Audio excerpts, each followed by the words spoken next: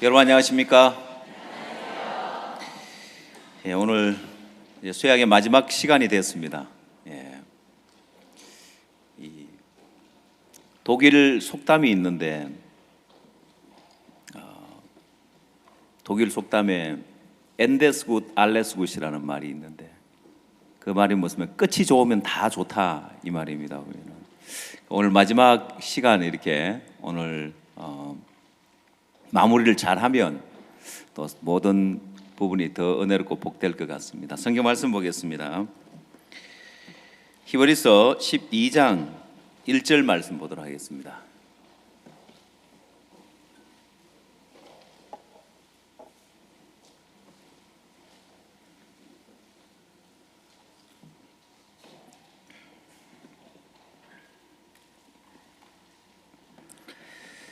히브리서 12장 1절 이러므로 우리에게 구름같이 둘러싼 허다한 증인들이 있으니 모든 무거운 것과 얽매기 쉬운 죄를 벗어버리고 인내로서 우리 앞에 당한 경주를 경주하며 믿음의 주요 또 온전케 하시는 예수를 바라보자.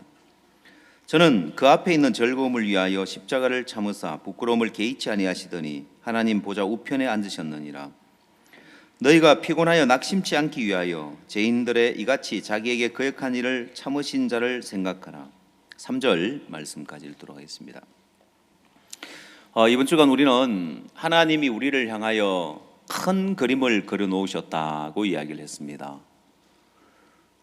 사도 바울이 구원을 받을 때 구원을 받자마자 하나님은 그에게 큰 그림을 그려놓으신 걸 아나니아를 통해서 그에게 알려줬는데 우리가 깨닫든 못 깨닫든 우리가 구원을 받고 하나님의 자녀가 되는 그 순간 하나님 우리를 위하여 큰 그림을 그려놓으셨고 또 우리가 구원을 받고 주님 안에 들어옴으로 인하여서 하나님은 저녁이 되며 아침이 되는 섭리 안에 두셨기 때문에 여러분 인생이 어떤 인생이든지 주님 안에서 하나님은 아침이 되게 하시고 또 합력하여 선을 이루시는 하나님이십니다. 자, 어제 저녁에는 우리를 새로운 피조물로 만들어 놓으셨는데 새로운 피조물 가운데 육신적인 새로운 피조물은 없다고 했죠? 좀 육신적으로 보이는 사람은 있죠? 왜요? 흙이 좀 묻어 있어가지고 육신이 좀 묻어 있어서 그렇지 실제 우리의 속은 새로운 피조물로 영원히 온전케 했으며 영원히 거룩하게 했으며 영원히 신령하게 해놨는데 영원히 의롭냐고 하면 의롭다고 할 수 있고 거룩하냐고 하면 거룩하다고 할 수 있는데 한 가지 못하는 게 있었죠. 신령하냐 하면은 에이 내가 무슨 신령해, 난 육신적인데 난 부족한데 늘 그러고 살아왔죠. 예, 그게 우리 심홍섭 전사님처럼 술주정뱅이는 아니었고 알코올 중독은 아니었지만은 알코올 중독자는 아니에요. 여러분은 어디에 중독됐는지 압니까? 육신 중독자. 육신에 중독돼 가지고 벗어나질 못하는 거예요. 난 늘 육신적인 사람이야. 그래서 신령해지려고 애쓰고 영적인 사람이 되려고 애썼지 이미 나는 신령한 사람이구나 하는 그 믿음을 갖지 못했습니다.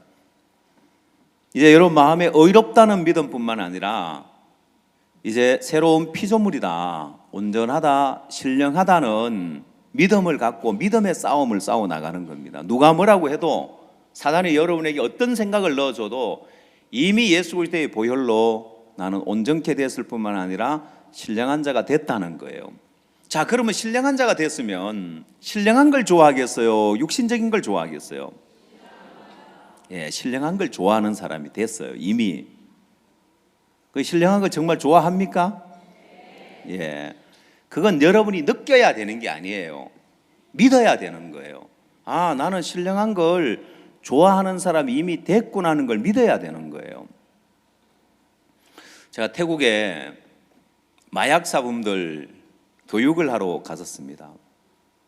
세 군데 마약사범 그 수용소가 있는데 마약 학교가 있습니다. 태국에 마약 학교가 있는데 이 태국의 마약 학교는 군 부대 안에 마약 학교가 있어요. 그래서 군인들처럼 이 마약 사범들을 마약 학교에서 이 사람들을 교육하고 관리를 하는데 머리도 딱 짧게 이렇게 밀고 강연 듣는데 딱 앉아서 이렇게 탁 정자세로 해서 강연을 들어요. 그리고 뭐 일어나서 화장실 가고 싶다고 돌아다니고 이렇게 할 수가 없고 딱 손을 딱 들어요.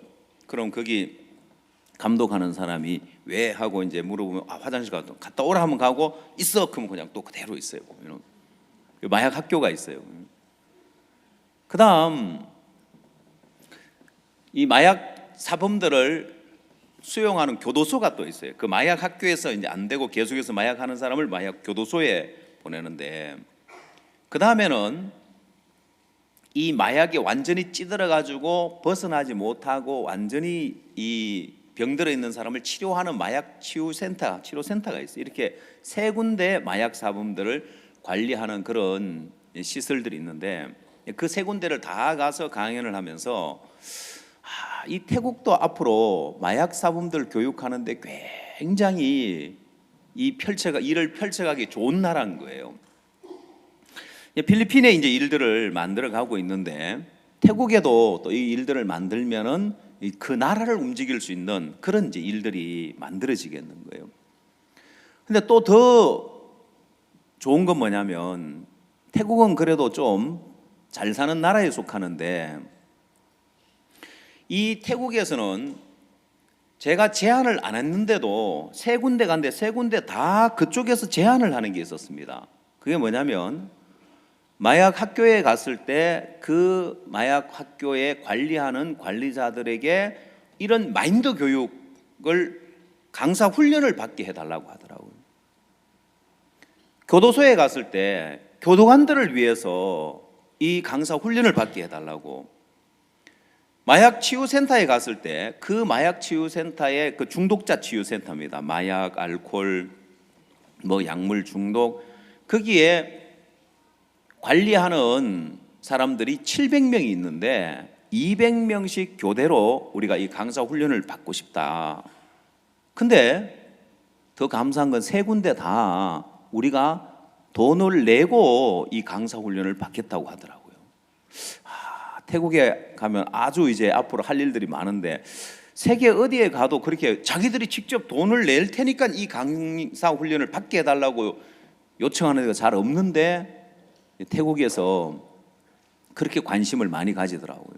그래서 앞으로 태국 예배당 짓느라고 큰 센터를 짓느라고 그 일을 좀 뒤로 밀어놓고 선교사님 이제 센터가 다 지어졌는데 이번 월드 캠프 때 만나서 저 선교사님 이제 태국의 그 마약 사범들 교육 진행하셔야죠 하니까 예 알겠다면서 이제 진행하겠다고 이야기를 하셨는데 우리 이제 곳곳마다 일들이 만들어지는 일들을 보면 일을 만들어 가면은 너무 재밌는 거예요. 그래서 사실 하나님 우리에게 큰 그림을 그려 놓으시고 우리에게 이제 그걸 어떻게 요리하는지 요리하는 법을 가르치고 싶어 하는 거예요. 여기 우리 자매님들 요리하실 줄 알죠? 예. 우리 형제님들 요리하실 줄 압니까? 예. 아는 분이 별로 없는데 예 하는 분은 저는 애처갑니다. 이렇게. 내지는 공처갑니다. 이렇게 이제. 아내에게 구박받고 사는 건 아닌지 모르겠습니다. 요리를 할 줄 안다고 하는데 저는 요리를 할 줄 몰라요. 제가 할 줄 아는 것은 라면 끓이는 것하고 계란 프라이 하는 거하고 그 다음에 몰라요 보면은. 그래서 때로 이제 제 아내가 집에 없으면 제가 냉장고 문을 열어보고 뭐 먹을 것 없나 하고 열어보고 별 먹을 것 없네 하고 이렇게 닫아요 보면은. 냉동실 문은 안 열어봐요.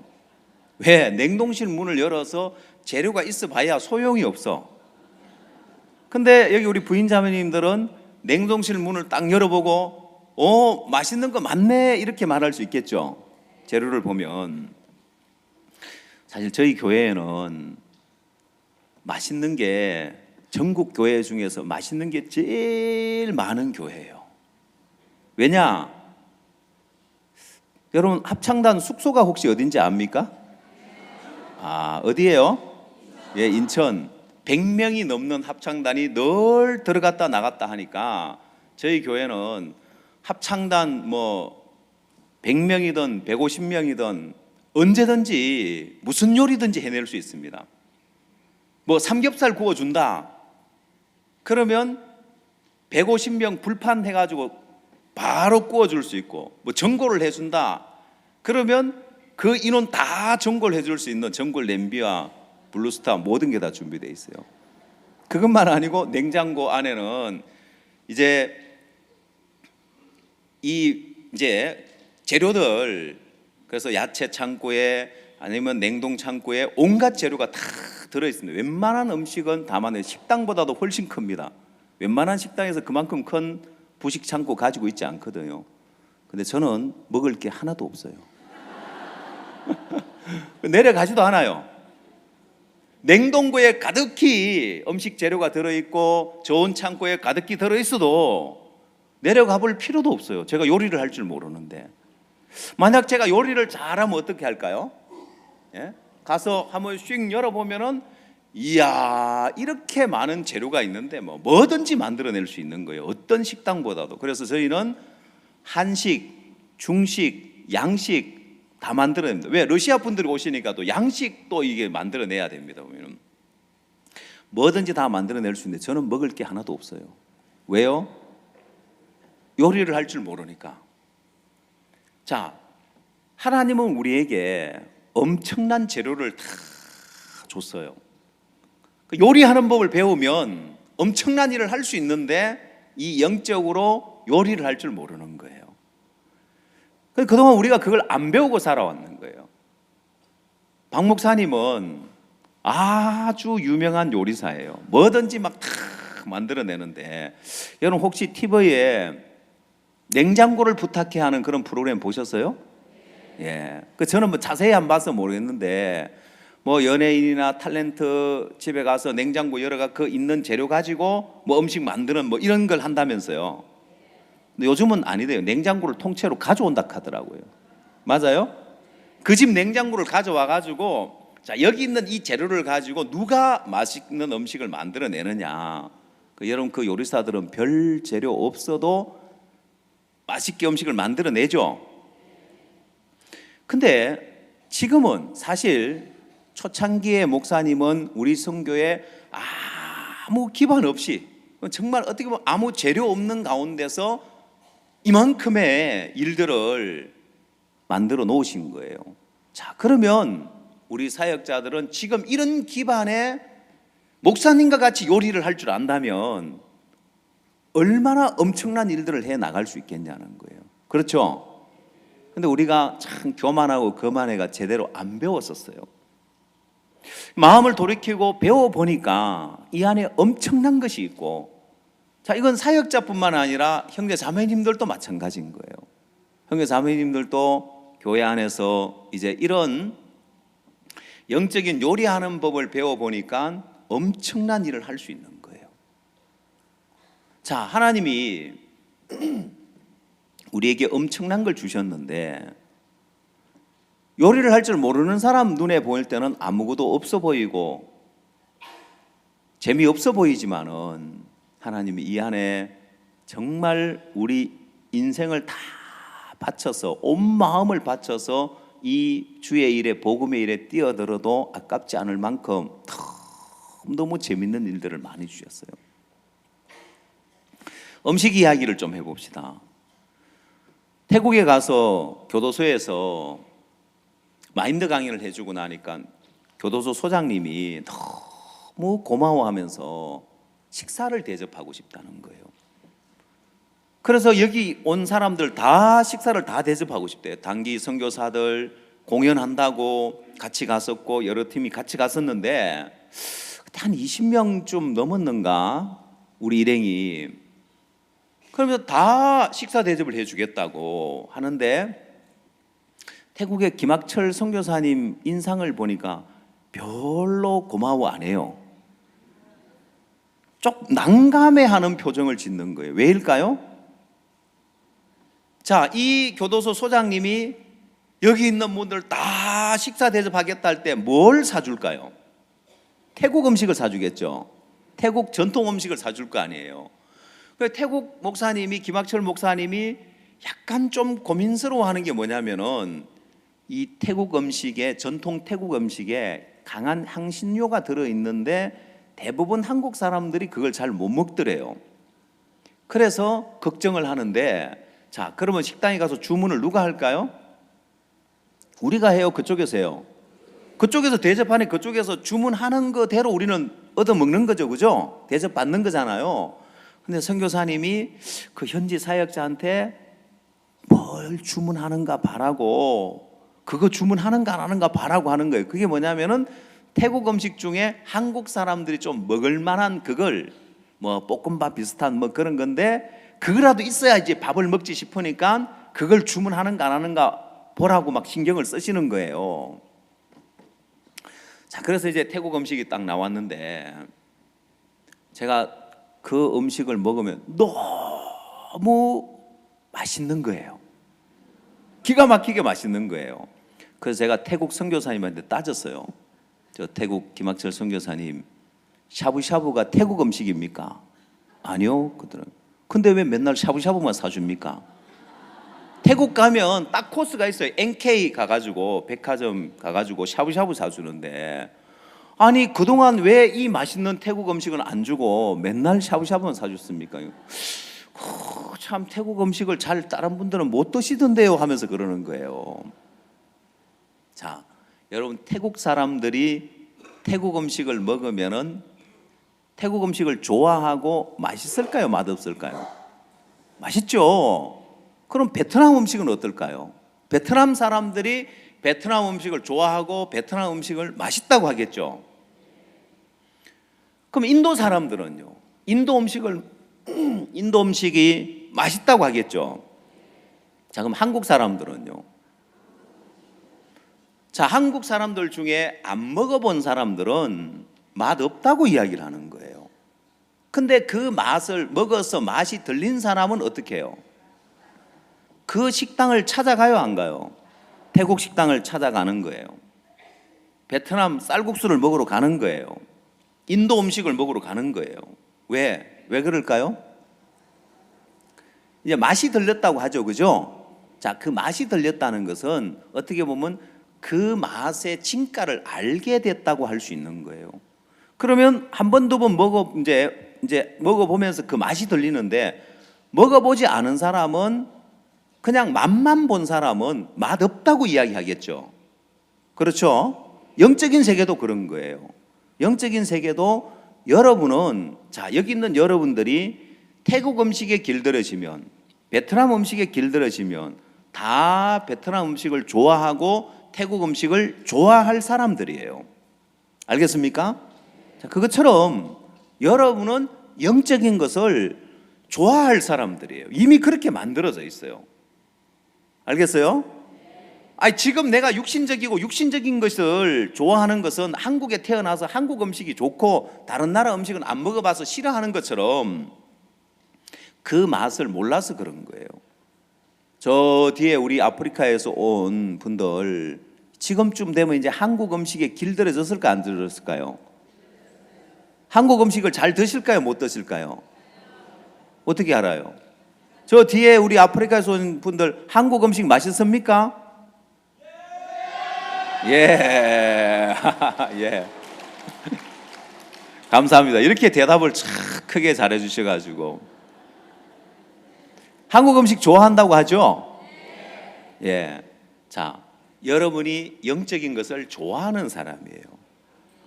지금 내가 느끼기에 영적인 거, 성경 읽으면 잠만 오고, 뭐 신앙하려면 피곤하고 힘들고 부담스럽고, 그게 여러분의 본 모습이 아니에요. 여러분은 새로운 피조물이기 때문에 이미 영적인 것을 좋아하는 사람으로 만들어 놓았습니다. 아멘. 예. 좋아질 때를 기다려야 되는 게 아니에요. 믿어야 되는 거예요. 그리고 한 걸음 한 걸음 내가 한 번, 두 번 맛을 보면 그걸 즐기게, 그 나라 음식을 즐기게 돼 있는 것처럼 영적인 세계도 마찬가지입니다. 보면은. 자, 근데 하나님이 우리에게 이 영적인 세계를 가르치는데 사실은 우리가 제대로 안 배워서 일어나는 문제들이 많습니다. 예를 들면 비행 조종사가 반드시 터득해야 될 게 있는데 그게 뭐냐면은 계기 비행을 하는 법을 터득을 해야 됩니다.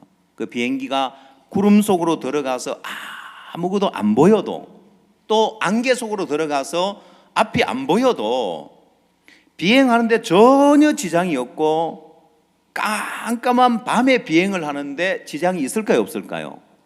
없죠. 여러분 자동차 운전하는데 헤드라이트 불이 안 들어오면 밤에 운전을 할 수 있어요, 없어요?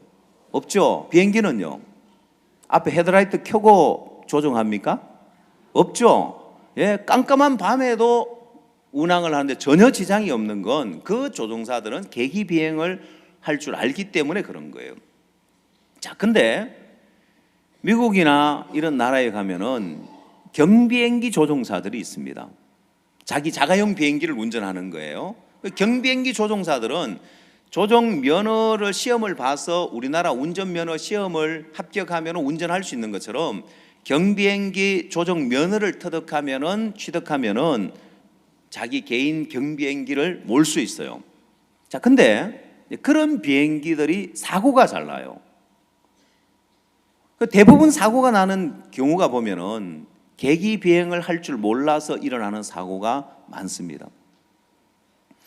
자, 경비행기 조종을 하다가 늘 날씨 좋은 날 그냥 안전하게 이렇게 운전하다 급한 일이 있어서 안개가 끼고 구름이 끼었는데 어쩔 수 없이 운항을 해야 되는데 비행기가 구름 속으로 들어가 버리면 이게 지금 제대로 가고 있는지 옆으로 기울어졌는지 그게 구분이 안 간다는 거예요.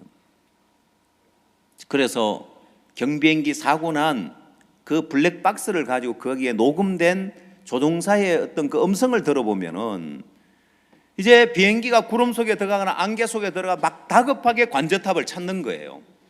그래서 관제탑하고 교신하는 내용에서 자, 당신이 계기 비행을 배우지 않았느냐? 그래, 내가 계기 비행 그 시간을 이수했다. 그러나 나 지금 계기 비행을 터득을 못했다. 그러면 관제탑에서 어떻게 해줄 수가 없는 거예요. 왜? 이 사람이 시험을 통과하기 위해서 계기 비행 시간을 이수했지 자기 생명을 위하여 그걸 터득하지는 못한 거예요. 또 어떤 그 녹음된 메시지를 들어보면 어떤 사람이 경비행기 조종을 하는데 구름 속으로 들어가 버린 거예요. 막 다급하게 관제탑을 찾는데 막 당황을 해가지고 이제 막 빠른 속도로 비행기는 날고 있지, 도와줄 사람은 아무도 없지, 다급하게 관제탑 막 교신을 하는데 그 교신 내용 가운데 그래서 관제탑에서 이 사람에게 침착하게 계기판을 보고 비행기를 수평으로 유지하라고 하는 거예요. 근데 이 비행기가 뒤집혀 버렸어. 그러니까 막 계기가 막 빙빙 돌면서 막 지금 어디가 지금 수평이 이래도 수평이 안 되고 저래도 수평이 안 되고 막 당황을 하는 거예요. 그래도 다행히 이 사람이 비행기를 이제 수평으로 잡고 그 구름 속에서 벗어났어요. 살았어요, 보면은. 그 다음날 이 사람이 비행을 하려고 관제탑에 비행 허가를 얻었는데 비행기 그 고유 번호가 있단 말입니다. 그리고 관제탑이 얘기, 아니 어제 당신 교신한 사람 아니냐고 도와달라고 하니까 맞다고. 오늘 또 비행하냐고. 그렇다고. 죽다가 살아난 거예요, 이 사람은. 그러면 이 조종사들이 계기 비행을 터득한다는 것은 생명과 같은 것이죠. 그죠? 이건 면허 시험 통과를 위해서 자격증을 따기 위해서 배워야 되는 것이 아니라 이건 생명을 위해서 터득해야 될 부분이란 말입니다. 근데 제대로 배우지 않았기 때문에 이제 문제가 일어나는 거예요. 가다가 사고가 나는 거예요. 제대로 배우면은 안전하게 비행을 하라고 그걸 가르치는데 제대로 배우지 않으면은 계기 비행을 제대로 배우지 않으면 사고가 나겠죠, 그죠? 여러분 신앙에도 사실은 이 신앙의 기본에 충실해서 제대로 배우면은 신앙은 굉장히 안전하고 복된 신앙이 될 수 있습니다. 모든 게 그래요. 저희들 인천교회에서 이제 복음의 일들을 하면서 여러 가지 새로운 많은 일들을 해봤습니다. 가정 집회도 하고 마인드 집회도 하고 또 마인드 힐링 콘서트도 하고 연극 힐링 콘서트도 하고 뭐 구역별 집회도 하고 지역별 집회도 하고 많은 일들을 했습니다.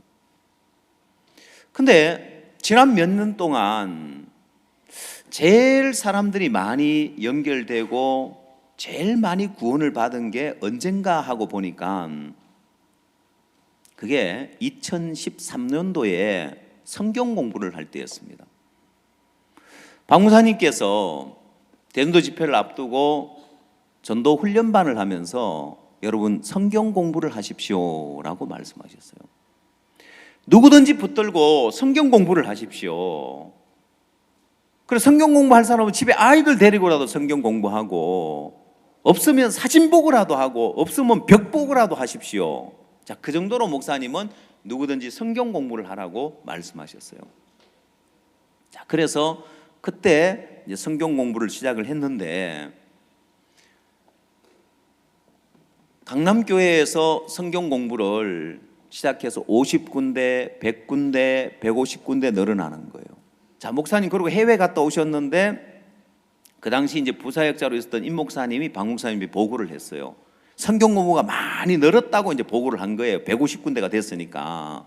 저도 이제 그 이야기를 들으면서 역시 강남교회구나. 저희는 그때 한 10군데 하고 있을 때였거든요. 근데 목사님께서 그 보고를 들으시고는 하나도 안 기뻐하시고 되려 많이 쳐다보시면서, 아니 강남교회 성도가 몇 명인데 왜 150군데만 하냐, 다 해야지.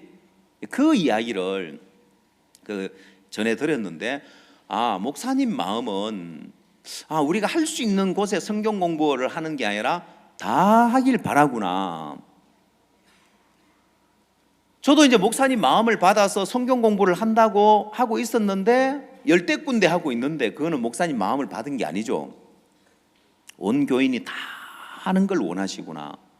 그러면 여러분 성경 공부를 하죠. 온 교인이 다 성경 공부해야 되면 성경 공부 하십시오 하면은 할 것 같아요, 안 할 것 같아요? 예? 안 할 것 같은 거예요.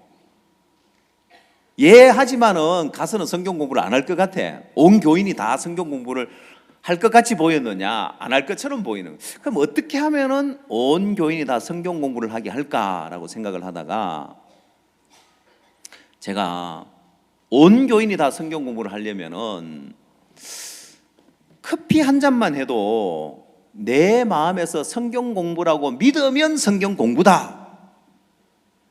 그렇게 이제 가르쳐 줬어요. 형제자매님들 대려 반문을 하는, 아니 그러면 목사님 성경 펴놓고 성경 이야기 안 해도 커피만 마셔도 됩니까? 됩니다.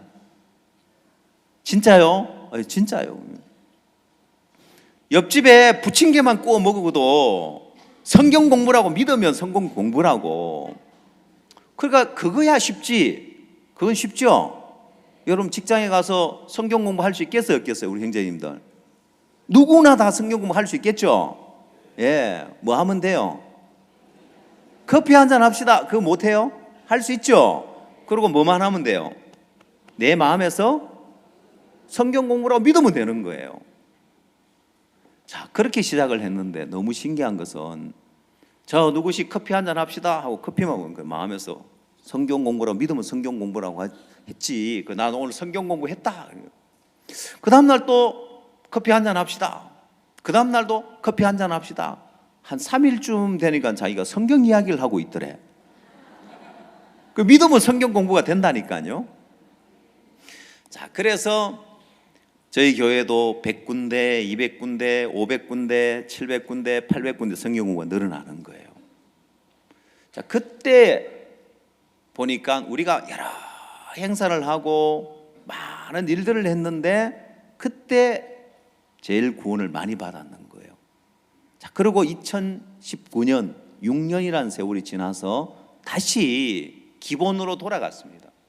박 목사님 말씀한 대로 돌아가서 지난 5월 달에 인천 대전도 집회가 있었는데, 이번 대전도 집회는 2013년도에 목사님이 말씀하신 성경 공부하라고 할 때 그때 사람들이 제일 많이 구원받고 연결됐는데, 기본으로 돌아가자. 그 종의 말씀으로 돌아가자. 그러고는 교회 특별한 행사를 안 했습니다. 뭐 주일학교나 실버 이쪽에서는 뭐 여러 행사를 했지만은 일반 형제 자매님들은 오로지 성경 공부에 매진을 했습니다.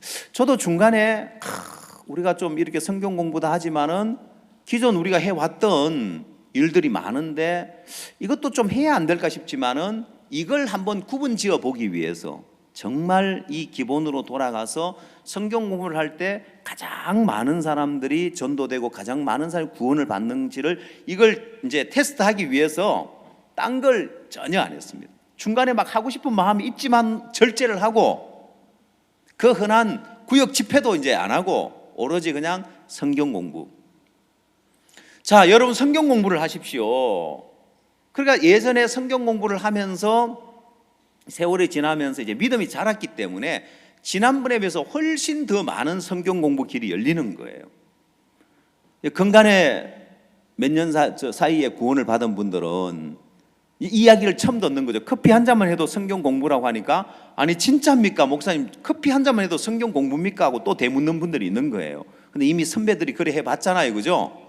자, 그렇게 이제 성경 공부를 시작하니까 금세 성경 공부가 500군데, 1000군데, 1500군데 늘어나는 거예요. 그만큼 이제 그 몇 년 사이에 교회가 자랐죠. 형제자매들 믿음이 자라고 교회를 자라니까 성경 공부하는 수가 이전에 비해서 막 배 이상 늘어나는 거예요. 자, 근데 재밌는 것이 커피 한 잔만 해도 성경 공부라고 하는 이게 성경에 근거가 나오더라고요, 보니까. 그런 성경 봤어요? 근거가 나온다니까요. 그래서 성경이 재밌어요, 보면은. 찾아드릴까요? 예. 커피 한 잔만 해도 성경 공부를 하는 근거가, 에이, 목사님, 뭐 성경에 커피 이야기도 안 나오는데 그런 근거가 성경에 나옵니까? 나와요. 자, 사도행전을 찾아보십시오. 사도행전 8장을 찾으십시오.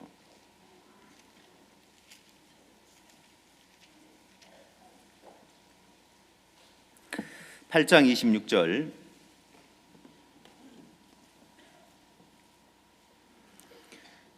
주의 사자가 빌립더러 일러 가로되 일어나서 남으로 향하여 예루살렘에서 가사로 내려가는 길까지 가라 하니 그 길은 광야라. 일어나 가서 보니 에디오피아 사람 곧 에디오피아 여왕 간다게의 모든 국고를 맡은 큰 권세 있는 내시가 예배하러 예루살렘에 왔다가 돌아가는데 병거를 타고 선지자 이사야의 글을 읽더라. 성령이 빌립더러 이르시되 이 병거로 가까이 나아가라 하시거늘 빌립이 달려가서 선지자 이사야의 글을 읽는 것을 듣고 말하되 읽는 것을 깨닫느뇨 대답하되 지도하는 사람이 없으니 어찌 깨달을 수 있느냐 하고 빌립을 청하여 병거에 올라 같이 앉으라 하니라.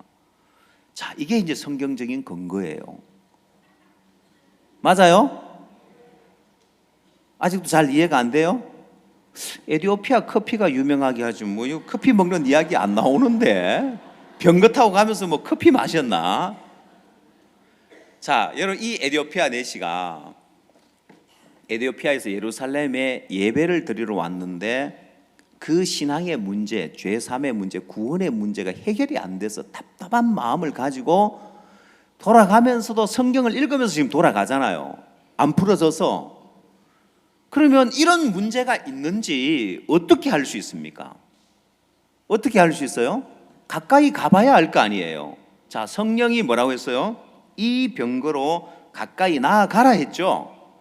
가까이 가보니까 선지자 이사야의 글을 읽고 있는 게 들리고 물어보니까 읽는 걸 깨닫냐 물어보니까 지도하는 사람이 없으니 어찌 깨달을 수 있느냐.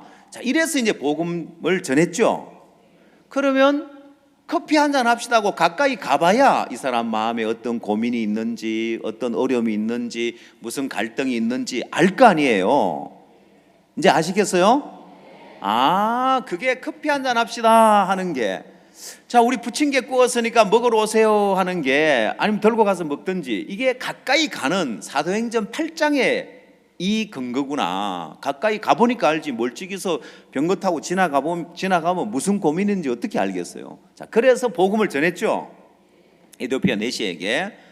그래서 우리도 여러분 세상 사람들에게는 허허해도 빛이 천냥이라고, 아이고 저렇게 사는 사람 무슨 걱정이 있으랴, 남편 뭐 직장 좋지, 남편 착실하지, 뭐 뭔 염려 있고 뭔 염려가 있으랴.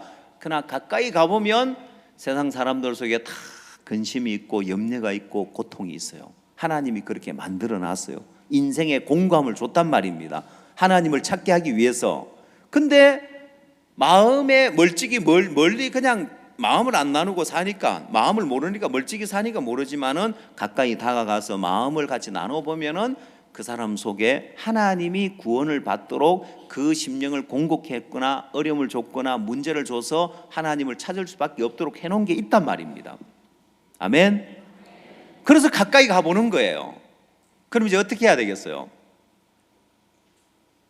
만나는 사람마다 커피 한잔 하자고 해봐야 되겠죠. 만나는 사람마다 부침개 먹자고 해야 되겠죠. 예, 부침개만이 아니라 메밀국수를 먹자고 하든지 뭐든지 가까이 가봐야 되는 거예요. 자, 그래서 이제 가까이 가서 성경 공부를 하는데 그 다음 중요한 게 또 하나 있습니다. 그 다음 중요한 게 뭐냐면, 이게 아주 중요한 부분인데 사단이 교묘하게 오늘날 그리스도인들을 속여놓은 것이 있습니다. 그게 뭐냐면은, 자, 이제 여러분들이 성경 공부만 하지 말고 복음을 전하십시오 했습니다. 여러분 직접 복음을 전해 보십시오. 자, 근데 제가 이걸 얼마나 형제자매님들이 성경 공부를 하고 있고 그 중에 몇 %나 복음을 전하는가 통계를 한번 내봤습니다. 근데 제가 그 통계를 보면서 깜짝 놀랐습니다. 야, 이 부분이 문제였구나. 우리 교회가 성장하고 우리 선교회가 성장하고 복음에 큰 진보가 오려면은 이 부분의 문제가 해결돼야 되는데, 자, 5월 말경에 이제 대전도 집회를 하는데 수양회가 끝나고 나서 성경 공부를 쭉 하면서 4월 달까지, 4월 말까지 약 1,500군데 성경 공부를 했어요. 그리고 이제 여러분 성경 공부하는 사람이 복음을 전하십시오 했어요. 근데 몇 % 복음을 전한지 압니까? 여러분 생각할 때 몇 % 정도 복음을 전했을까요? 10%? 자, 여러분 복음을 전하십시오 했는데 5%에게 복음을 전한 거예요.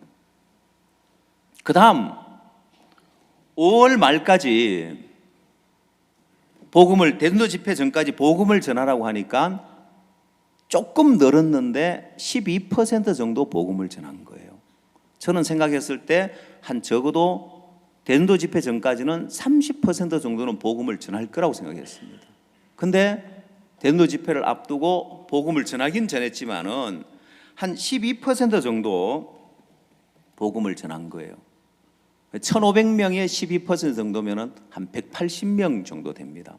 그래도 그렇게 복음을 전했으니까 그 사람들을 집회 초청해 오고 구원받는 사람들은 늘어났어요. 근데 이제 수치적으로 통계적으로 봤을 때 굉장히 적은 퍼센트에게 복음을 전하는데, 자, 그래서 제가 형제자매님들에게 성경 공부를 하는 사람에게 다 복음을 전하십시오. 그 사람의 마음 상태가 어떻든, 아직 이 사람은 복음 들을 상태가 아니야, 나중에 복음을 전해야지, 이런 마음이 많잖아요. 그죠? 아직 복음 들을 상태가 아니야, 아직 멀어서.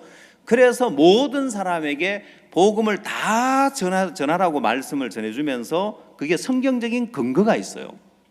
형제자매님들이 잘못 오해하고 있고 사실 많은 사역자들도 잘못 오해하고 있는 부분이 있습니다. 그게 뭐냐면 마태복음 13장입니다.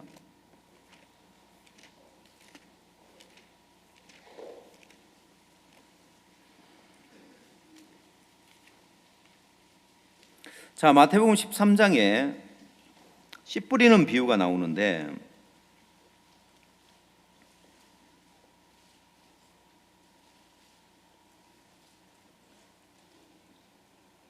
3절 말씀부터 봅시다.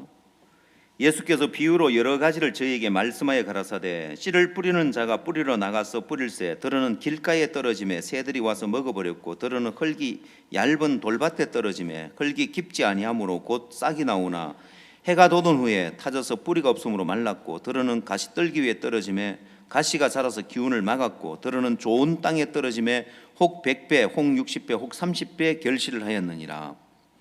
자, 이 말씀을 놓고 사람들이 이 말씀을 오해하고 잘못 받아들이고 있는 게 뭐냐면 길가에나 가시밭에나 돌짝밭에는 씨를 뿌려도 소용이 없다. 타지고 말라버리니까 그래서 옥토에 씨를 뿌려야 된다고 오해하고 있는 거예요. 저도 이제 그렇게 생각을 했습니다. 이 사람은 아직 복음 들을 마음의 상태가 아닌데 복음 전해봐야 능력이 안 되니까 마음밭을 갈아서 옥토로 만들어서 복음을 전해야 된다고 생각을 했습니다. 근데 성경은 그게 아니었습니다. 성경은 지금 이 말씀 그대로를 보면 성경은 길가에도 씨를 뿌리고 돌짝밭에도 씨를 뿌리고 가시밭에도 씨를 뿌리고 옥토에도 씨를 뿌리고 네 가지 밭에 다 씨를 뿌렸죠. 예. 그러면 여러분이 어떤 사람에게 복음 전해야 되겠습니까? 어떤 사람에게 이 복음의 씨를, 생명의 씨를 뿌려야 되겠습니까? 만나는 사람마다 다. 그렇죠? 이 사람이 그럼 하나님 안 믿는 사람한테는요. 예? 복음 전해야 돼요, 안 전해야 돼요? 전해야 돼요. 제가 박 목사님은 실제 이 네 가지 밭에 있는 사람이 다 씨를 뿌려요. 다 복음을 전해줘요. 예를 들어 제가 설명을 해줬습니다. 때로 박 목사님께서 지역의 신문사나 방송사 인터뷰를 하시잖아요. 그러면 인터뷰를 하면은 기자들이 오는데 목사님은 인터뷰를 하는 목적이 아니라 기자들에게 복음 전하는 게 목적이에요. 그래서 기자가 무슨 질문을 하든지 목사님은 하고 싶은 이야기를 하실 때가 많아요. 그래서 기자가 한참 듣다 보니까 자기가 원하는 대답이 아니거든요. 아니 그래서 목사님 그 뭐 이런 거 어떻게 됐다니? 예 그래서요 하면서 또 목사님은 복음 전하셔요 보면은. 자 근데 기자님 이제 처음 만나서 기자님 교회 다녀 보셨습니까 하면은 저는 교회는 한 번도 안 다녀봤습니다.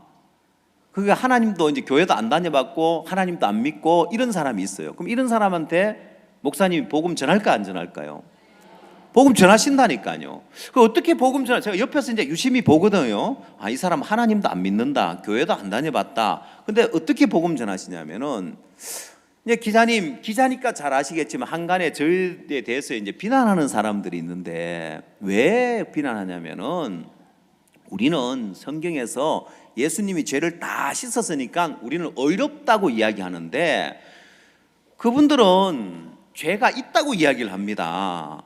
기자님은 하나님 안 믿으니까 기자님처럼 하나님 안 믿은 사람은 죄가 있다고 하면은 맞지만은 아니 하나님 믿는다면 예수님을 믿는다면 예수님 십자가에 죄를 다 씻어서 의롭다고 믿어야 안 됩니까? 그렇죠. 근데 기자님 주변의 사람 한번 만나보십시오. 교회 다닌다면 다 죄인이라고 합니다. 진짜입니까? 이렇게 하는 거예요. 그리고 또 다음 한 6개월쯤 지나서 다시 이제 그 기자가 또 한번 인터뷰할 때 아니 목사님 진짜 죄가 있다고 하던데요 하면 그렇지요 하면서 하나님도 안 믿어진다는 사람한테 그렇게 보더라도 목사님 복음을 전하셔요. 자, 이 성경에서 네 가지 밭에다가 다 씨를 뿌립니다. 그래서 이 말씀을 근거로 여러분 성경 공부하는 사람들에게 다 복음을 전하십시오. 자, 그래서 복음을 전하라고 하니까 이제 6월달, 7월달 성경 공부는 계속 이어집니다. 이제 성경 공부가 이제 6월달 되니까 1,800군데, 7월달 되니까 또 수양을 앞두고 하면서 한 2,000군데 성경공부가 늘어납니다. 그래서 이 복음 전하는데 마음을 쏟으니까 이제는 7월 말까지 한 33% 복음을 전한 거예요. 초기에 4월 달까지 몇 퍼센트 복음 전했다고요? 5% 복음 전한 거예요. 그러니까 이 형제 자매님들 가운데 복음을 전하는 부분에 또 복음을 전해서 그 맛을 아직 못 본 분들이 많은 거예요. 그래서 뭐라고 간증하냐면 전 교회 구원받은 지 20년 됐는데 제가 전도해서 교회에 연결된 사람도 있고 신앙하는 사람도 있는데 내가 직접 복음을 전해서 교회에 연결되고 세워진 사람은 없습니다. 그런 사람들이 대부분인 거예요. 여러분들 전도할 때 어떻게 합니까?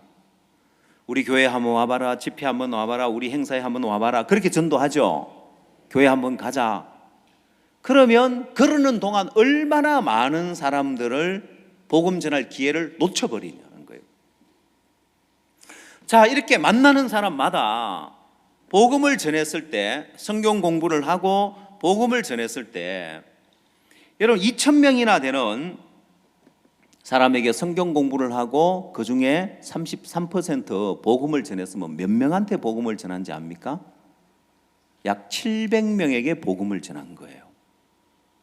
그러면 예전 같으면 그냥 전도하고 이 사람 마음 얻어서 교회 데려와야 되겠다, 집회 참석하게 해야 되겠다, 이렇게 하는데, 그렇게 하는 동안 굉장히 많은 사람들이 우리의 형제자매 주변에 스쳐 지나가는데 복음 안 전하고 넘어가는 거예요.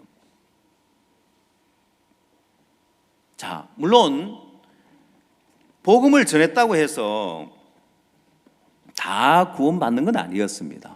그리고 다 교회에 연결되는 건 아니었지만은, 여러분 거기에 비해서 복음 안 전하고 살 때 비해서 복음을 이렇게 전하고 나니까 구원받는 사람, 또 교회에 연결되는 사람, 그리고 수양에 초청되는 사람이 많아지는 거예요. 그렇죠? 아무래도 그렇겠죠, 그죠? 그냥 내가 교회 와라 하는 것하고 복음을 전하고 또 그 다음 양육을 하고 이렇게 마음을 쏟으면서 굉장히 복음에 큰 진보가 오는데, 형제자매님들 가운데 복음 전하는 맛을 보기 시작하는 거예요. 야, 이 복음 전하니까 너무 복되네, 너무 감사하네. 이제 복음 전하는 맛을 보기 시작하는데, 이렇게 복음 전하는 삶을 살기 시작하고 이 맛을 보는 형제자매들이 자꾸 늘어나면 우리 교회가 굉장히 크게 성장하겠다는 마음이 들더라고요. 그러니까 복음 앞에 깨어 있는 거예요. 내가 만나는 사람마다 야, 이 사람에게 어떻게 복음을 전하지? 이렇게 복음 앞에 깨어 있을 때 굉장히 많은 사람들을 얻을 수 있는 거예요. 우리는 복음 전하는 부분에 깨어 있지 못하고 잠을 자고 살아온 거예요. 근데 이런 수양회를 딱 참석하니까 어떤 현상이 일어나냐면, 이제 수양회 이제 초청이 왔는데 아직 이 사람이 막 복음 들을 마음이 아니라, 그래서 사역자님이 교제하는데 그냥 마음 열도록 이렇게 교제를 해줬어. 근데 이제 뭐라고 이제 보고를 하냐면은, 그 사역자님이 누구라고는 안 밝힌데 이 자리도 앉아 있는데 복음을 안 전해주더래. 그러니까 교회 안에서 뭐라고 배웠어요? 돌짝밭이라도 복음 전하고 가시밭이라도 복음 전하라 했는데, 아니 그 사역자님이 복음을 안 전해주더래. 그래서 우리 교회 집사님이 그 분에게 다시 복음 전해주는 거예요. 자세히 풀어주는 거예요. 왜? 만나는 사람마다 복음 전하라 했으니까. 그러면 어느 게 더 나을 것 같아요? 예? 복음 안에 모든 게 들어있거든요. 그래서 여러분, 복음을 전하는 삶을 살기 시작하고 이 복음의 맛을 보면 간증이 끊이지 않는 거예요. 그리고 너무 재밌어 하는데, 한 형제님이 복음 전하는 맛을 보면서 이제 만나는 사람마다 복음을 전하는 거예요. 거래처 사람들이 오면, 납품하러 오면 또 붙들고 이제 복음을 전하는 거예요. 그러니까 기현상이 생겨났대요. 무슨 현상이 생겨나냐면은, 거래처 사람 납품하러 올 때 자기 뭐 어디 없어 얼른 납품하고 가버렸대요. 도망간 거예요. 왜? 잡히면 또 앉아서 또 한참 복음 들어야 되니까. 자, 어쨌든 이렇게 만나는 사람마다 복음을 전하고 이 마음을 갖고 일을 하면서, 사실 복음을 전했을 때 그냥 전도한 것하고 복음을 전하고 난 다음 그 복음 전한 사람들 가운데 수양회를 초청했을 때 몇 퍼센트 정도 수양회를 오냐면은, 복음 전한 사람 중에는 한 50% 이상이 수양회를 참석하는 거예요. 그러니까 그냥 초청할 때 하고 복음을 전해서 이 사람이 구원을 확신했다는 했던, 그렇게 초청을 할 때 굉장히 복음의 진보가 오는데 사단이 우리를 속여놓은 거예요. 사단이 형제 자매님들에게 아직 이 사람은 복음 들을 상태가 안 돼서, 아직 마음 상태가 아직 안 돼, 복음 안 전하고 살아온 거예요. 그리고 내가 복음을 전해야 되겠다 생각을 못 하는 거예요. 내가 섣불리 복음을 전했다가 괜히 이 영혼 망치는 거 아니야? 그러고는 복음을 안 전하니까 복음 전하는데 발전이 안 오는 거예요. 자, 그러면 이제 복음을 전하는 것이 하나님의 뜻이라는 건 알겠죠? 그렇죠? 이 밭에 씨를 뿌릴 때 돌짝밭이든 길가든 어떤 땅이든지 씨를 뿌려야 되는데 그 이유가 어디 있냐면은 두 가지 중요한 이유가 있습니다.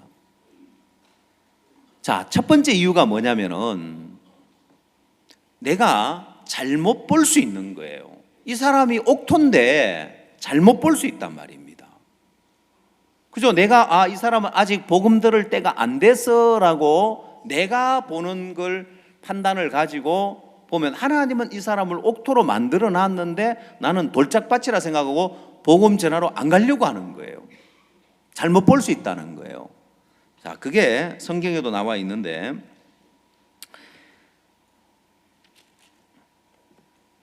사도행전 9장을 한번 찾아보십시오.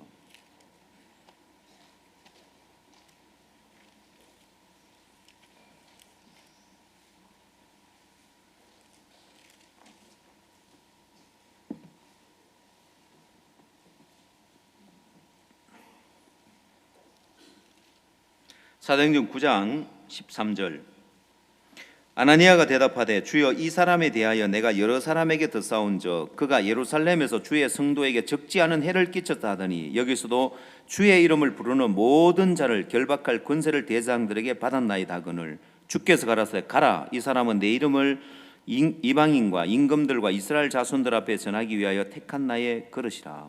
자, 그럼 여러분 아나니아가 보는 것은 잘못 보고 있죠. 아나니아는 이 사도 바울은 이때는 사울이죠. 사울은 완전히 이건 돌짝밭이 아니라 이건 씨알도 안 먹히는 길가다 길가. 근데 이미 옥토로 만들어 놨죠. 잘못 볼 수 있다는 거예요. 그럼 여러분이 여러분의 판단을 가지고 이 사람은 아직 돌짝밭이야, 이 사람 아직 가시밭이 아직 복음 전할 때가 안 돼서 하는 동안에 하나님이 이 사람을 옥토로 만들어 놨는데 내가 잘못 보고 복음 안 전하고 넘어가 버리는 거예요. 그러겠죠? 자, 그래서 우리는 만나는 사람마다 복음을 전해야 되는 거예요. 그 다음에 두 번째 이유는 그 사람의 상태가 어떠하든지 복음을 전하는 사람이 믿음을 가지면 그 사람이 돌짝밭이라도 옥토로 바꿀 수 있습니다. 내가 믿음을 가지면, 여러분 마음에 믿음을 가지면, 그래서 많은 사람들이 이 사람은 아직 복음 들을 만한 때가 안 돼서 아직 강팍하고 뒤로 물러나 버리기 때문에 믿음을 가져주지 못하는 거예요. 내가 그 사람을 향하여서 믿음을 가져주면 그 믿음을 따라서 하나님이 역사하심으로 말미암아서 그 사람을 옥토로 바꿉니다. 나만 장군을 예를 들어 봅시다. 여러분 작은 계집아이의 마음에 이 계집아이의 마음에서 나만 장군을 딱 보면 나만 장군의 성격을 알까요 모를까요? 불같은 성격이에요. 요단강에 7번 목욕하라 하니까 막 그가 분한 마음으로 떠나가면서 다메섹강 아마나와 바르바른 이스라엘 모든 강물보다 낫지 아니하냐, 내가 거기서 씻으면 깨끗하게 되지 아니하냐 하면서 막 분한 마음으로 떠나가는 거예요. 그러면 이 작은 계집아이가 그걸 예상했을까요 못했을까요? 자기 마음에 안 맞으면 이 불같은 성질에 막 분한 마음으로 돌아올 수 있다는 걸 예상할 수 있어요 없어요? 있죠. 그러나 이 작은 계집아이 마음에 선지자 앞에 가면 제가 그 문둥병을 고친다는 믿음이 있으니까 사도 바울의 마음은 돌짝밭 같은 마음이고 가시밭과 같은 마음이지만은 그를 성령이 역사하셔서 하나님이 역사하셔서 옥토로 바꾼 거예요. 바뀌었어요 안 바뀌었어요? 분한 마음으로 떠나오려고 했는데 하나님이 역사해서 그 마음을 꺾고 요단강에 가서 7번 목욕하고 병이 깨끗하게 낫고 구원을 받고 오죠. 예, 이게 믿음을 가져주면 돌짝밭도 옥토로 변하는 거예요. 근데 여러분은 이 사람은 아직 돌짝밭이야, 이 사람은 아직 가시밭이야, 믿음을 안 가져주는 거예요. 이 사람은 아직 이래서 안 돼, 이 사람은 저래서 안 돼 하고 구원받은 그리스도인이 그 사람을 향해 믿음을 안 가져주면 그 사람이 어떻게 옥토가 되냐는 거예요. 여러분 성경에 주변에서 믿음을 가져줌으로 말미암아 흉악히 귀신 들린 딸을 둔, 또 병든 딸을 둔 아들을 둔 그 엄마의 마음에 믿음을 가지고 아버지 마음에 믿음을 가질 때 그가 변화되어지고 온전케 되어지는 역사들이 있죠. 그죠? 수르보링의 족속 가나안 여인, 예수님이 자녀의 떡을 취하여 개들에게 던지 마땅치 않다고 했는데 이 수르보링의 족속 가나안 여인에만 믿음을 가졌을 때, 여자여 네 믿음이 크도다. 백부장이 하인을 위해 믿음을 가졌을 때 내가 이스라엘 중에서도 이만한 믿음을 만나보지 못했다. 그 믿음이 딸을 낳게 하고 하인을 낳게 하고 아버지의 믿음이 아들을 낳게 하고 중풍병자를 메고 간 네 사람의 믿음이 이 중풍병자를 온전케 하잖아요.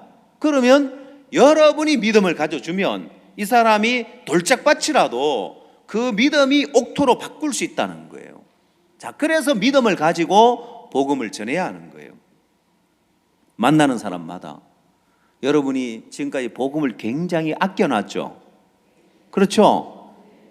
그걸 쓰면 달아 없어집니까? 예? 돈처럼 내가 돈이 있는데 백화점 가서 물건을 사려고 하면 이것도 사고 싶고 저것도 사고 싶은데 돈이 모자라니까 아껴 써야죠.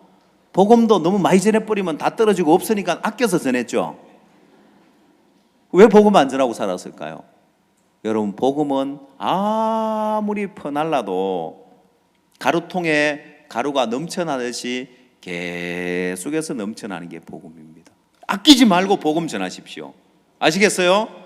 만나는 사람마다 복음 전하십시오. 내가 볼 때 돌짝밭처럼 보여도 내가 잘못 볼 수 있으니까 복음을 전해야 되는 거고, 또 내가 믿음을 가져주면 이 사람 변한다.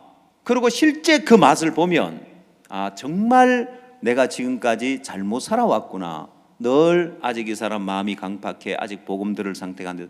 복음 전하는 걸 주저하고 살았는데 복음 전하는 이 삶을 살면서 이 맛을 보면, 이게 재밌고 이게 좋으면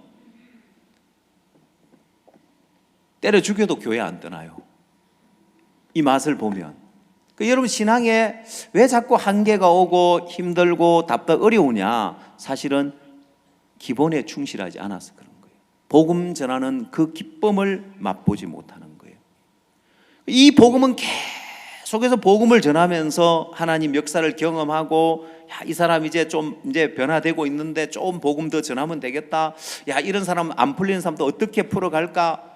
그러면서 여러분이 복음 전하면서 그 심령이 구원을 받고 교회 안에 세워지고 이런 역사가 끊임없이 일어나면 여러분 삶의 모든 시험도 어려움도 다 이겨내고 충만한 삶을 살 수 있어요. 사단이 복음 전하는 삶을 살지 못하도록 여러분의 마음을 막아놓은 거예요.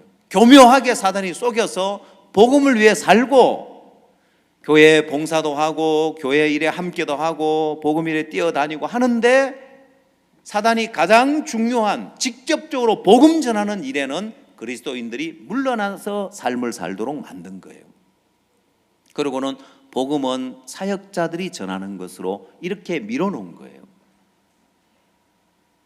자, 여러분, 이번 주에 주님이 다 이루었다는 말씀을 하셨고, 새로운 피조물이다, 우리를 온전케 해놨다, 우리 이미 신령한 사람이다, 그 말씀 기억하시죠?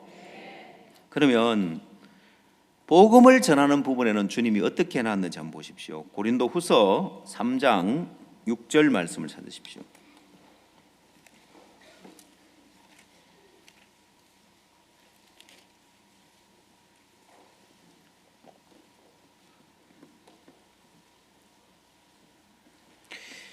고린도후서 3장 6절, 저가 또 우리로 새 언약의 일꾼 되기에 만족케 하셨으니 의문으로 하지 아니하고 오직 영으로 함이니 의문은 죽이는 것이요 영은 살리는 것입니다. 자, 여러분을 새 언약의 일꾼 되기에 만족케 하셨다는 거예요. 여러분이 부족합니까? 아니면은 새 언약의 일꾼으로 만족해 놨습니까? 나는 부족해, 나는 성경을 잘 몰라, 나는 말을 잘 못해, 나는 전도를 잘 못해, 그렇습니까? 아니요. 새 언약의 일꾼 되기에 만족해 놨다는 거예요. 그러면 이 말씀에 보면 이건 의문으로 하지 아니하고 이 의문은 문서화된 법, 율법을 이야기하는데 행위로 말미암지 않고 뭐로 말미암았다고요? 오직 무엇으로요? 영으로. 자, 여러분은 영으로 새 언약의 일꾼 되기에 만족해 놨는 거예요. 행위로 지금 여러분 눈으로 볼 때 여러분 모습이 어떠 하든 지금 내게서 나타나는 내 행위가 아니라 여러분은 이미 새 언약의 일꾼 되기에 만족해 놨는데 나는 부족해, 나는 연약해 하고 일 안 하고 있는 거예요. 복음 안 전하고 있는 거예요. 그러면 하나님은 여러분을 어떻게 만들어 놓았다고요? 어떻게 만들어 놨다고요? 복음을 전하는 이 새 언약의 일꾼 되기에 만족할 정도로 완벽하게 해놨다는 것입니다. 자, 여러분들이 제품을 사면은 만약에 여러분들이 에어컨을 산다고 합시다. 그럼 에어컨을 사면은 삼성 걸 사든지 LG 걸 사든지 여러분 어디 걸 선호합니까? 예? 삼성 거 좋아요? LG 거 좋아요? 또 이래 물으면 또 위니아 거 하고 이런 사람들이 있어요. 예. 자, 삼성이든 LG든 그리고 대한민국에서 한국에서 만들어진 전자제품이라면은 여러분 만족해요, 안 해요? 만족하죠. 왜? 여러분 한국에서 만드는 가전제품이 세계 최고 제품인 거 알아요? 예. 옛날에는 미제 냉장고 하면 막 최고라 그러는데 요즘 미제 냉장고 쓰는 사람 없어요. 제가 유럽에 가서 선교사님들이 한국제 냉장고를 안 쓰더라고요. 그래서 제가 한국 사람이 한국제를 써야지 왜 외국 걸 쓰냐고. 그러니까 저보고 뭐라고 하는지 알아요? 목사님 그런 소리 하지 마십시오. 한국제 제일 비싸가지고 해외에서 못 씁니다 하더라고요. 이야, 그리고 한국 사람도 부자구나. 유럽에서는 한국제 가전제품, 한국제 냉장고 비싸서 못 쓴대요. 여러분 어디 거 씁니까? 한국제 쓰고 계십니까? 여러분 부자들이에요 보면은. 자, 우리가 이거 삼성에서 만들었다, LG에서 만들었다 하면은 우리는 그 제품을 소비자가 고객이 만족할 정도로 잘 만들어 놨다는 걸 믿죠. 그러면 여러분은 부족한 사람이 아니에요. 자, 이 성경에 영으로 새 언약의 일꾼 되기에 만족해 놨습니다. 근데 여러분이 복음을 안 전해보고 복음 전한 삶을 안 살아봤기 때문에 여러분을 통해서 하나님은 일할 준비를 다 해놨는데 나는 복음을 못 전해. 내가 섣불리 복음 전하느니 사역자님 복음 전하게 하지.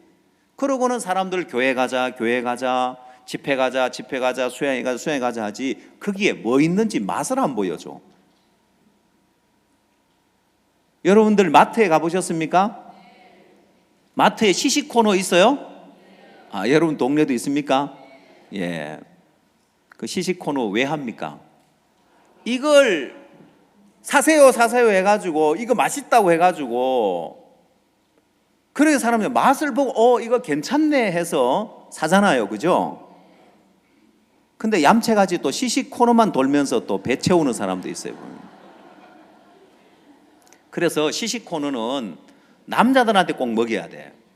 남자들은 먹여놓으면 미안해가지고 안 살 수 없어. 그렇죠? 이걸 먹고는 어떻게 그냥 가냐는 거지.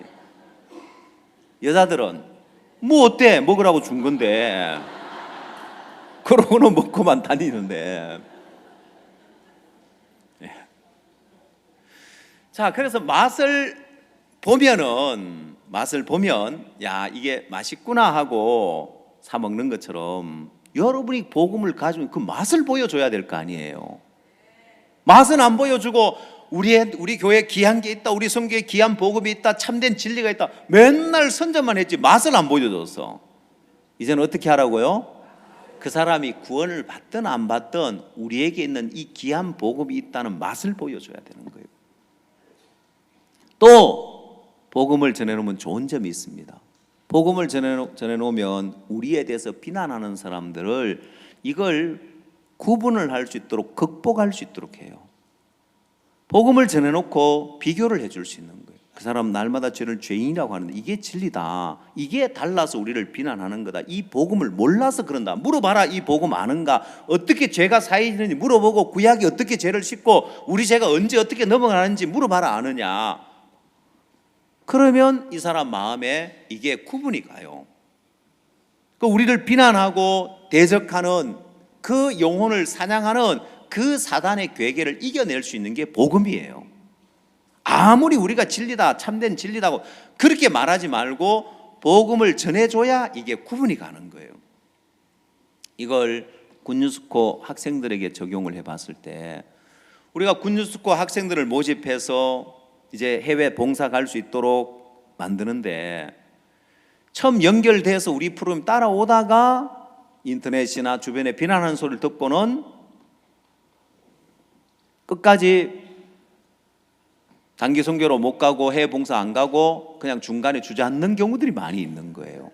그게 간사들이 홍보만 해서 그런 거예요. 군수코에 대해서 막 프로 홍보만 했지 복음을 안 전해줬기 때문에 우리를 비난하는 소리를 들으면 그걸 극복을 못했습니다. 그러나 복음을 전해주니까 생존율이 높아지는 거예요. 아, 이래서 이걸 비난하구나. 이걸 몰라서 이들이 이렇게 비난하는구나 하고 분별을 할 수 있는 거예요.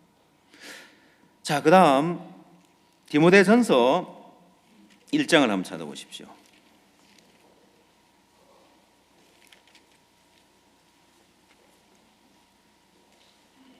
1장 12절.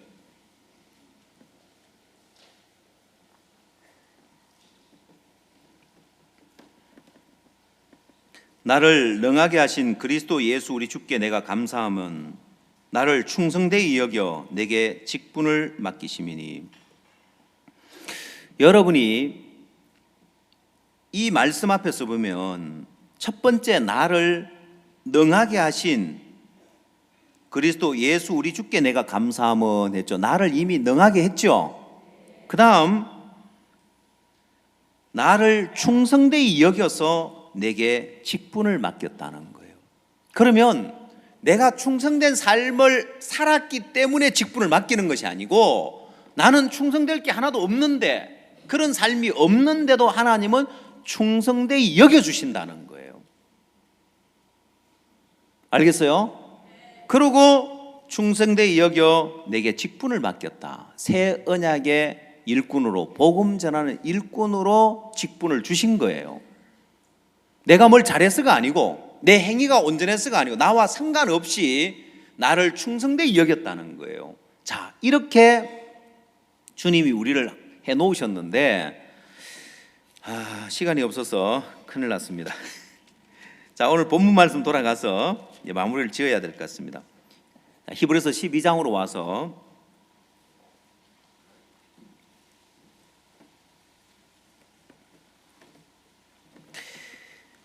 이러므로 우리에게 1절 이러므로 우리에게 구름같이 둘러싼 허다한 증인들이 있으니 모든 무거운 것과 얽매기 쉬운 죄를 벗어버리고 인내로서 우리 앞에 당한 경주를 경주하며 믿음의 주여 또 온전케 하신 인 예수를 바라보자.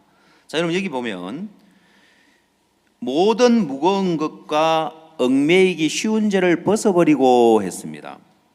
그러면 모든 무거운 것과 해가지고 난하주에 보면 뭐라고 되어 있습니까? 일해서 난하주에 보면 뭐라고 되어 있죠? 스마트폰에는 안 나와요. 종이 성경을 봐야 나와요. 뭐라고 나와 있어요? 예. 그래서 종이 성경을 들고 다녀야 돼요. 자, 모든 무거운 것을 성경에 난하되 그리끼는, 여러분이 생활을 하다 보면 여러분 마음에 그리끼고 얽매이기 쉬운 죄가 있죠. 사소한 부분은 그냥 모든 죄를 예수님 다 씻었으니까 내가 의롭다고 넘어가는데 살다 보면 마음에 끓기는 죄가 있죠. 뭔 죄가 있던가요? 그럴 줄 알았어요. 아무도 대답하는 입이 조용해지더라고요. 있지요, 하여간. 그죠? 말 못하지만 끓기는 죄가 있죠. 어떻게 하라고요? 그거는 용서를 빌으라고요? 벗어버리라고 했죠. 예, 왜요?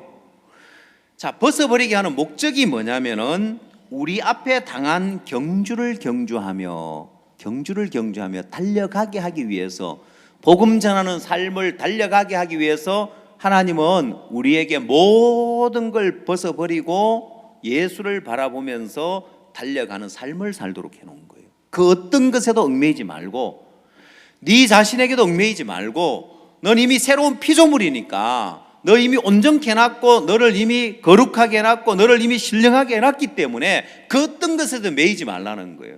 아, 그럼 이제 뭐 내 마음대로 그냥 살아도 된단 말입니다. 아니요, 이 달려갈 길을 달려가기 위해서.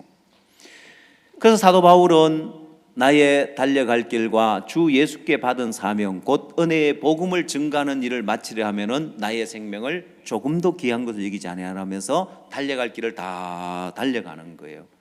여러분 인생이 복음 전하는 삶을 살 때 신명기에 어미새가 새끼를 품고 알을 품고 있을 때 반드시 놓아주라고 했는데 재앙이 피하여 지나간다는 거예요. 재앙에 걸려들 수밖에 없는데 여러분이 복음을 전하고 알을 품는다는 건 복음을 전하고 새끼를 품고 있다는 것은 양육을 하고 있다는 건데 여러분이 직접적으로 복음을 전하고 양육을 하며 이 삶을 살 때 여러분 인생의 모든 재앙이 피하여 지나갈 것입니다. 아멘. 예, 여러분 그 어떤 것에도 매이지 말고 이미 온전케 됐고 새로운 피조물이라는 믿음으로 새 언약의 일꾼 되기에 만족해 놨다는 믿음으로 복음 전하면서 하나님 여러분 삶 속에 마음껏 일하시는 그 역사를 경험하는 복된 삶이 되기를 바랍니다. 기도하겠습니다.